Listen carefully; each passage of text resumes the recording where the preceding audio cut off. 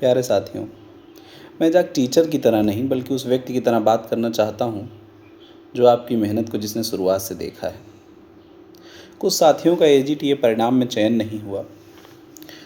परिणाम जब अपनी मंशा के विपरीत रहता है, जो हमने सोचा होता है वैसा नहीं होता है, तो मन काफ़ी भारी हो जाता है।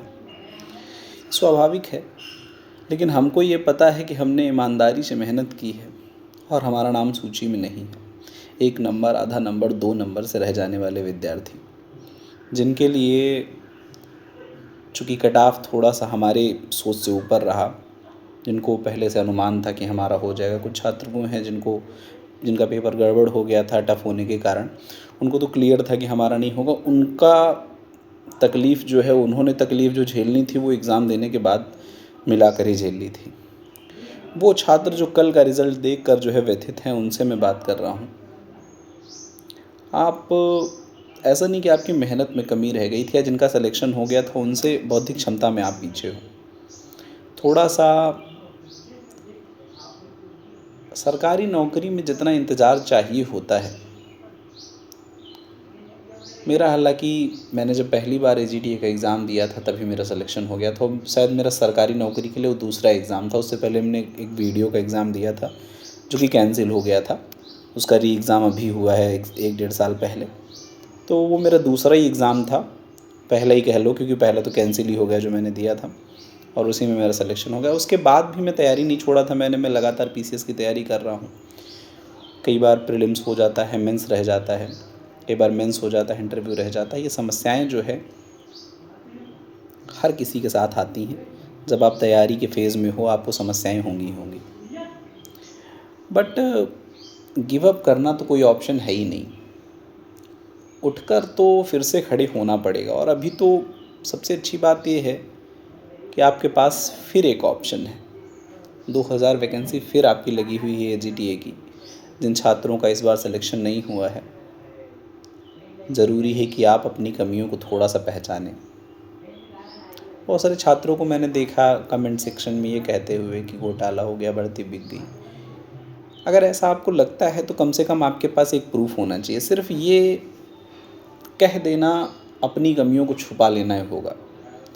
कट ऑफ आपके सामने है। अगर आपको लग रहा है किसी छात्र का उससे कम नंबर आ रहा था और उसका सिलेक्शन हो गया, तो आप कह सकते हो कि फर्जीवाड़ा हुआ है।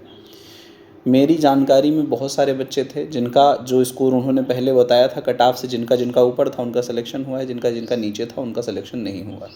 मुझे जो समझ में आया कि 1/4 की माइनस मार्किंग में ज़्यादातर छात्रों ने जो गलती की थी पेपर कठिन होने से, उन्होंने अटेम्प्ट ही अपना बहुत कम कर दिया।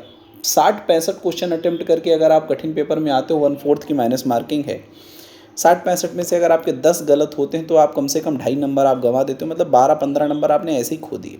12 गलत हो गए तो आपके नंबर चले गए 15 पूरे पूरे। 12 क्वेश्चन आपने 65 में से गलत किए, 15 आपने काट के 50 आपके पास सिर्फ बचा।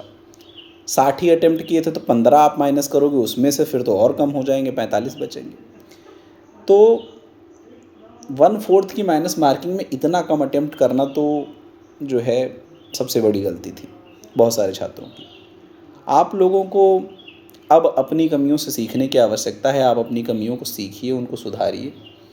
और 9 अगस्त को होने वाली परीक्षा है, ज़्यादा से ज़्यादा मॉक टेस्ट लगाइए, नेमरा सुंडा का लगातार रिवीजन कीजिए। नए जोश से जो है आपको तैयारी शुरू करनी होगी, क्योंकि ये हम समझ रहे हैं आप व्यथित हो, परेशान हो, पर इस परेशानी को अपने ऊपर हावी नहीं होने देना है। इस वैकेंसी की ज्वाइनिंग और जो अभी जो आप देने जा रहे हो एग्ज़ाम 9 अगस्त को, उनकी वैकेंसी की ज्वाइनिंग में बहुत अंतर नहीं होगा। गलती को सुधारने का मौका सबको नहीं मिलता है, आपको मिल रहा है। आवश्यक है 9 अगस्त से पहले, अभी आपके पास जितना भी समय 1 महीने का बचा हुआ है, मेहनत कर लो बहुत अच्छे से।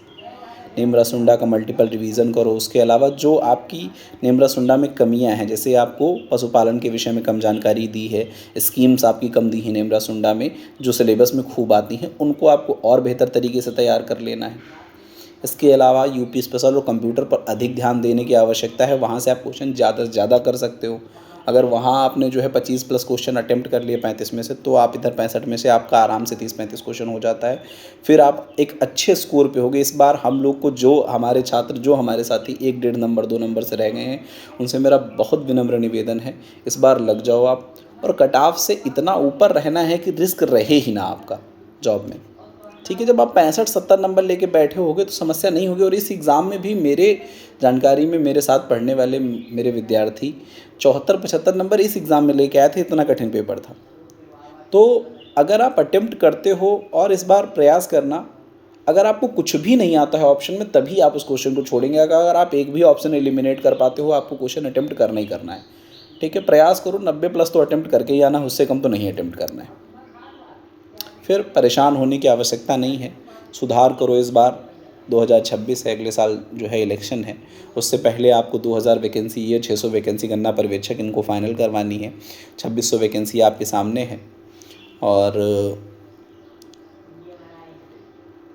ये मान लो दूसरा मौका सबको मिलता है, पहली बाजी सबने हारी होती है।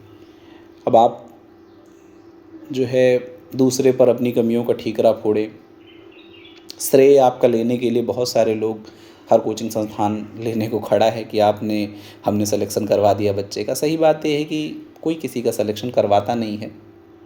ये बच्चे के गुण हैं, बच्चे के अंदर क्षमताएं हैं जिनसे उनका सिलेक्शन होता है, और अपनी ही कुछ कमियां होती हैं जिनसे हमारा सिलेक्शन रह जाता है। छोटी छोटी कमियां होती हैं जिन्हें हम बहुत आसानी से सुधार सकते हैं। टेस्ट सीरीज़ ना देना एक बड़ी समस्या है लोगों में, जो पेपर के टाइम हमारे लिए दिक्कत करता है। पता लगता है हम 100 क्वेश्चन अटेम्प्ट ही नहीं कर पाए, बड़ा पेपर बन गया, हमने टेस्ट सीरीज़ दिया था, सिंगल लाइनिंग वाले क्वेश्चन आए थे, पेपर में आ गया हैवी पेपर, तो बहुत सारे बच्चे तो 100 क्वेश्चन अटेम्प्ट नहीं कर पाए। तो ये सब आपको सुधार करने होंगे। थोड़ा सा टेस्ट वगैरह लगाइए आप लोग, और क्वेश्चन 2 घंटे में 150 अटेम्प्ट करने का ट्राई करिए। जब आप 150 क्वेश्चन अटेम्प्ट करने की क्षमता बना लोगे तो आपको 2 घंटे में 100 क्वेश्चन अटेम्प्ट करने में कभी दिक्कत नहीं होगी। बहुत कुछ वैसे तो बोलना है, पर बहुत सारे बच्चे परेशान हैं जिन्होंने बहुत सारे मैसेजेस किए, और जिनसे मुझे काफ़ी उम्मीद थी कि उनका सिलेक्शन तो हो ही जाएगा।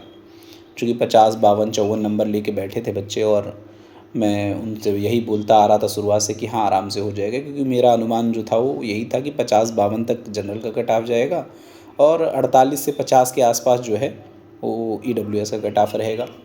और कट ऑफ चूँकि हमारे उम्मीद से 3-4 नंबर ऊपर चली गई है, तो इस बार हम लोग को प्रयास करना है अपने साथ लग के कि 60 से नीचे तो नहीं होना है। ठीक है, लग जाओ आप लोग, 60 से नीचे नहीं आना है इस बार।